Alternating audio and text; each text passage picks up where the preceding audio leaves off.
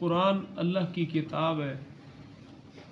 कुरान पाक की तिलावत करने पे, कुरान के पढ़ने पे जो इनाम और एजाज़ मिल रहा है आज दुनिया में नज़र नहीं आ रहा, इसलिए कि कुरान की कीमत दुनिया में लग ही नहीं सकती।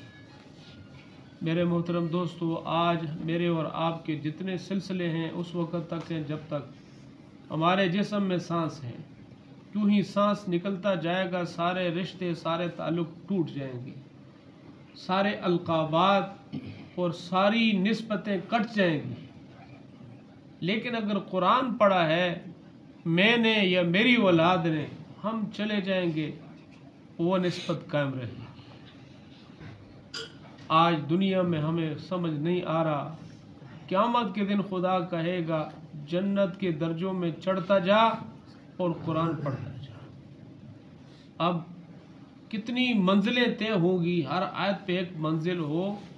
6666 आयात हैं कुरान की, तो इंसान कहाँ से कहाँ पहुँच जाएगा। अब इसमें दो बातें समझ आएंगी, एक तो कुरान को ठहर ठहर के पढ़ना चाहिए, और दूसरे नंबर पे कुरान पाक की तिलावत करना, औलाद को पढ़ाना। इसीलिए मेरे अजीजों, दीन में ये नहीं है कि दुनिया ना कमाओ या दुनिया ना पढ़ाओ, इतना पढ़ा लो कि कम अज कम कल मर जाए तो फिर फातिहा तो पढ़ सकें। इतना तो अपनी औलाद को पढ़ा लें कि कल कुछ न कुछ, जितने कुरान हदीस में फ़ज़ाइल आते हैं, कुछ हमें भी हासिल हो जाए। तो इसीलिए अपनी औलाद को हम कुरान पाक की तिलावत सिखाएं, कुरान पढ़ाएं।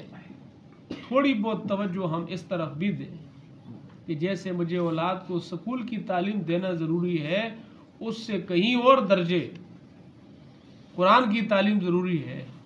मेरे अजीज़ों, मुझे नहीं पता कि मेरा बेटा जवान होगा, फिर बड़ा होगा, फिर मरेगा। हो सकता है वो पहले ही मर जाए। स्कूल की तालीम तो ले ली है, लेकिन अब खाने का फ़ायदा तो है नहीं, मौका ही नहीं।